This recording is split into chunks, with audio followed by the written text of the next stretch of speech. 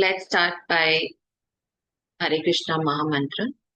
Hare Krishna, Krishna Krishna, Hare Hare, Hare Ram, Ram Ram, Hare Hare.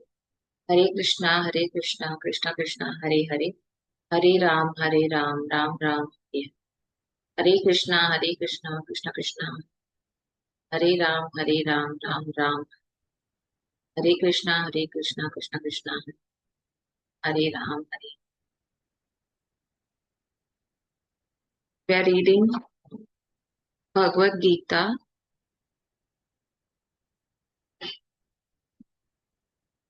We are reading Bhagwat Geeta as it is by His Divine Grace A.C. Bhaktivedanta Swami Prabhupada, founder Acharya of the International Society for Krishna Consciousness. We are reading chapter 2, text 69. Yeah.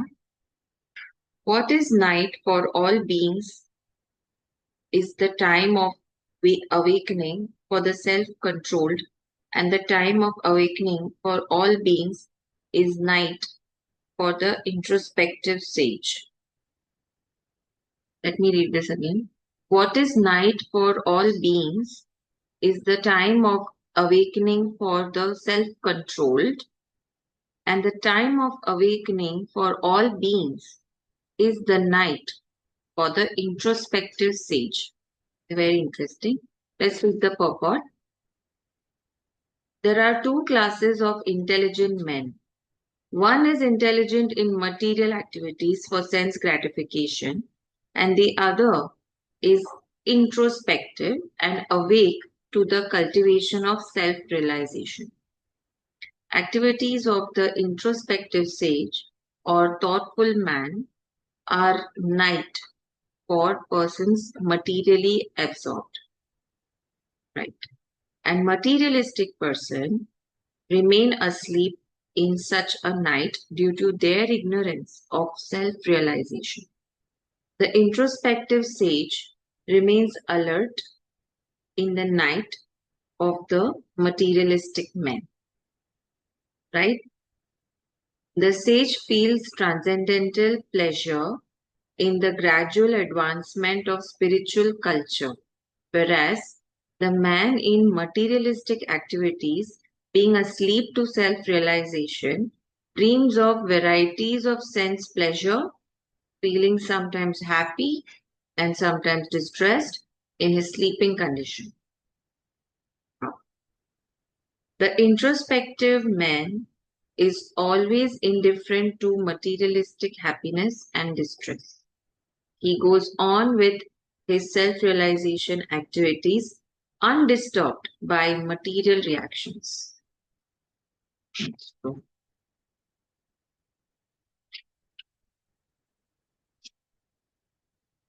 let's read text 70.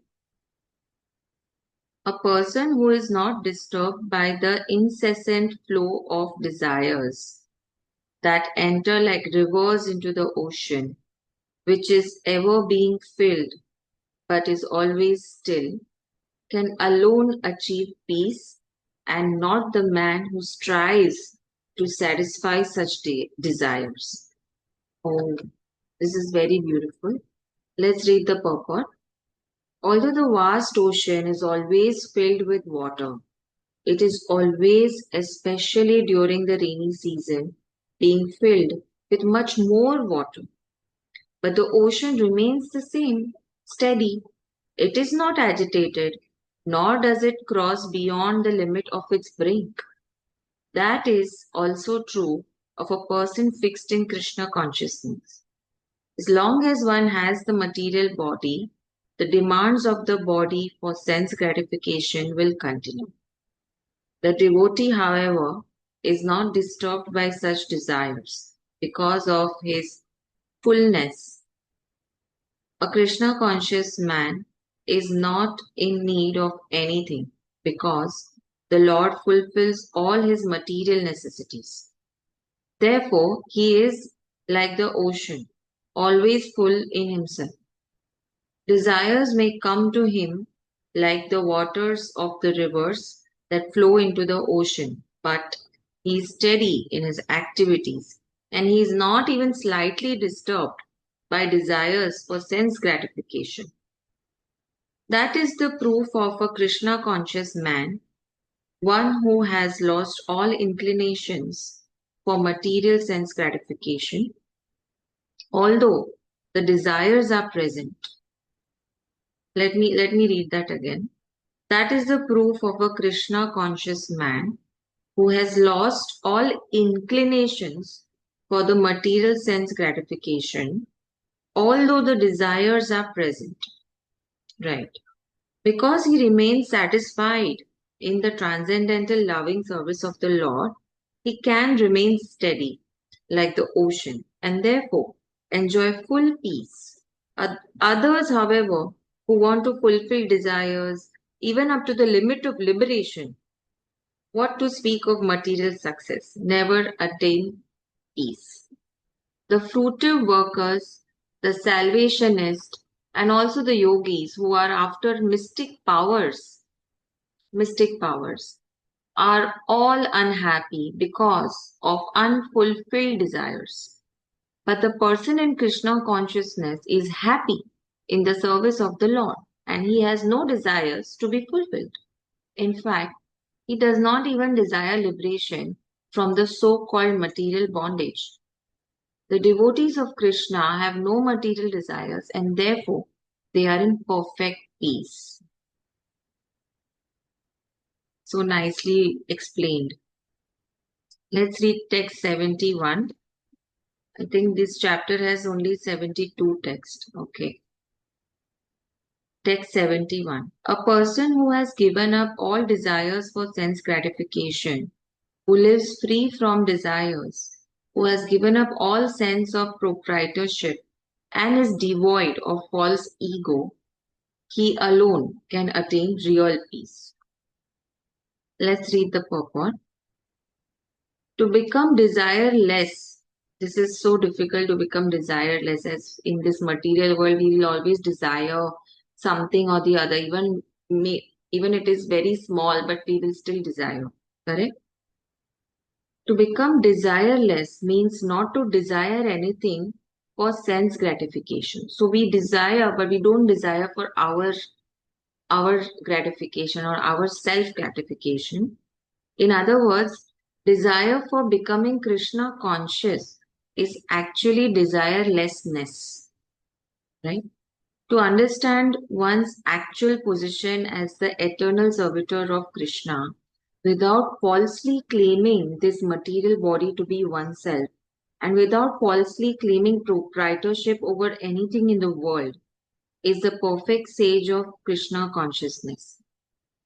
Like we say ना ये मेरा है, ये मेरा घर है, ये मेरा गाड़ी है, ये मेरा ये कुछ भी तुम्हारा नहीं है, सब कृष्णा का है क्योंकि कृष्णा's because of Krishna's will you have received it to experience.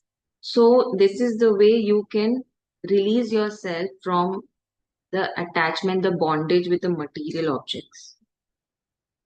One who is situated in this perfect sage knows that because Krishna is the proprietor of everything, everything must be used for the satisfaction of Krishna. Arjun did not want to fight for his own sense satisfaction, but when he became fully Krishna conscious, he fought because Krishna wanted him to fight. For himself, there was no desire to fight, but for Krishna, the same Arjun fought to his best ability.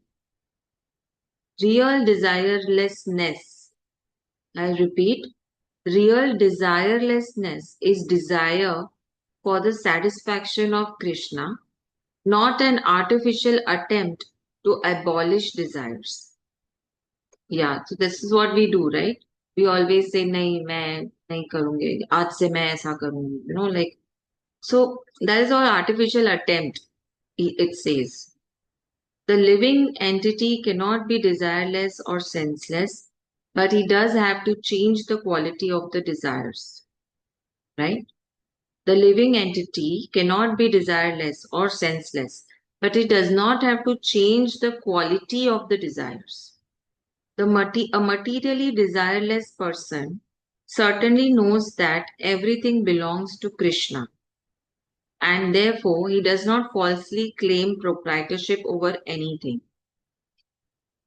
Wow, this is like a bulb on.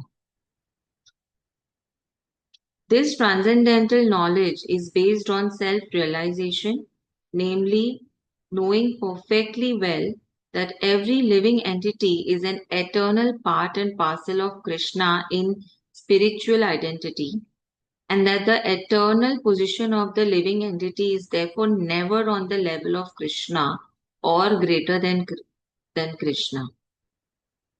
This understanding of Krishna consciousness is the basic principle of real peace. Wow. Let's go to text 72. That is the way of the spiritual and godly life after attaining which a man is not bewildered. If one is thus situated, even at the hour of death, one can enter into the kingdom of God. Let's read the purport. One can attain Krishna consciousness or divine life at once, within a second, or one may not attain such a state of life even after millions of births. It is only a matter of understanding and accepting the fact. Khatwanga Maharaj attained this state of life just a few minutes before his death by surrendering unto Krishna. Nirvana means ending the process of materialistic life. According to Buddhist philosophy, there is only void after the completion of this material life. But Bhagwat Geeta teaches differently. Actual life begins after the completion of this material life. For the gross materialist, it is sufficient to know that one has to end this materialistic way of life. But for persons who are spiritually advanced, there is another life after this materialistic life. Right. Before ending this life, if one fortunately becomes Krishna conscious, he at once attains the stage of Brahma Nirvana. There is no difference between the kingdom of God and the devotional service of the Lord. Since both of them are on the absolute plane, to be engaged in transcendental loving service of the Lord is to have attained the spiritual kingdom. Right? In the material world, there are activities of sense gratification, whereas in the spiritual world, there are activities of Krishna consciousness.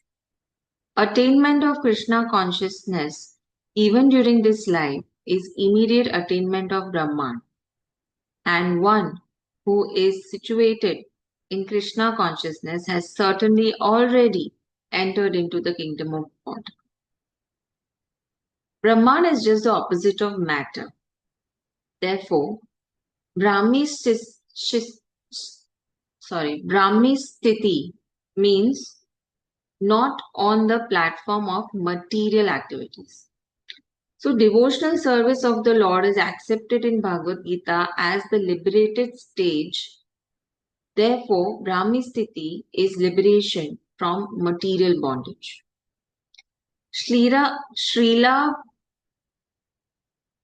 Bhakti Vinod Thakur has summarized this second chapter of Bhagavad Gita as being the contents for the whole text. In the Bhagavad Gita, the subject matters are Karma Yoga, Jnana Yoga, and Bhakti Yoga.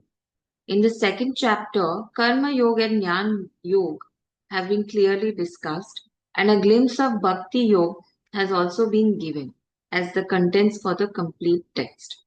Thus end the Bhagavad Gita purports to the second chapter of the Bhagavad Gita, Srimad Bhagavad Gita in the matter of its contents.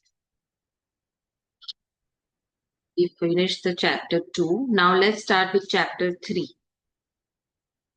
Chapter 3 is all about Karma Yoga. Yes. Now let's read text 1. Arjun is telling this to Krishna. Arjun said, O Janarda. No, sorry. O Janardana, O Keshava, why do you want to engage me in this ghastly warfare if you think that intelligence is better than fruitive work?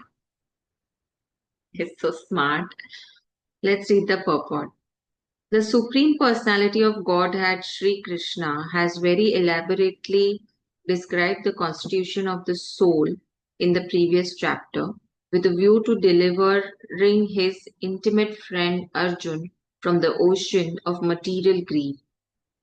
And the path of realization has been recommended, Buddhi Yoga or Krishna consciousness. Sometimes Krishna consciousness is misunderstood to be inertia, and one with such a misunderstanding often withdraws to a secluded place to become fully Krishna conscious by chanting the holy name of Lord Krishna.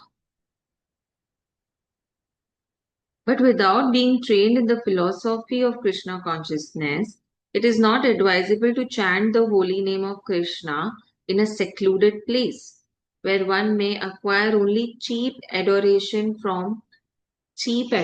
it says, cheap adoration from the innocent public. Arjun also thought of Krishna consciousness or Buddhi Yoga or intelligence in spiritual advancement of knowledge as something like retirement from active life and the practice of penance and austerity at the secluded place. से बोलते हैं ना हाँ तो कम हम नहीं जिए हम जिए ही नहीं हम ऐसे ही रहे you know those kind of questions. In other words, he wanted to skillfully avoid the fighting by using Krishna consciousness as an excuse. But as a sincere student, he placed the matter before his master and questioned Krishna as to his best course of action. In answer, Lord Krishna elaborately explained Karma Yoga or work in Krishna consciousness in this third chapter. We can read text 2 and text 3 also. We finish text 20. Text 2. My intelligence is bewildered by your equivocal instructions. This is Krishna. No, this is still Arjun telling Krishna. My intelligence is bewildered by your equivocal instructions. Equivocal instructions मतलब आप ये भी बोल रहे हो आप वो भी बोल रहे हो अब मैं करूँ क्या? You know. Therefore, please tell me decisively which will be most beneficial for me. Let's read the purport. In the previous chapter, as a prelude to Bhagwat Geeta, many different paths were explained, such as Sankhya Yoga, Buddhi Yoga, control of the senses by intelligence, work without fruitive desire, and the position of the neophyte. This was all presented unsystematically. A more organized outline of the path would be necessary for action and understanding. Arjun therefore wanted to clear up these apparently confusing matters so that any common man could accept them without misinterpretation. Although Krishna had no intention of confusing Arjun by any jugglery of words, Arjun could not follow the process of Krishna consciousness, either by inertia or by active service. In other words, by his questions, he's clearing the path for Krishna consciousness for all students who seriously want to understand the mystery of Bhagavad Gita. Wow.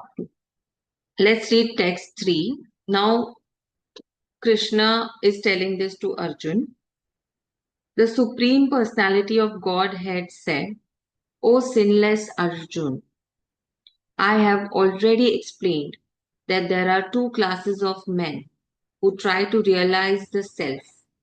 Some are inclined to understand it by empirical philosophical speculation, and others by devotional service. Let's read the purport.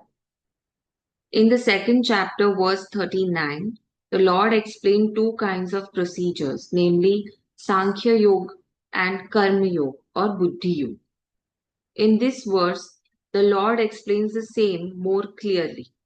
Sankhya Yoga or the analytical study of the nature of spirit and matter is the subject matter for persons who are inclined to speculate, doubt, and understand things by experimental knowledge and philosophy, right? They try to experiment, they doubt why is this, why is that. Basically, the scientists who are trying to figure out what, why, and everything.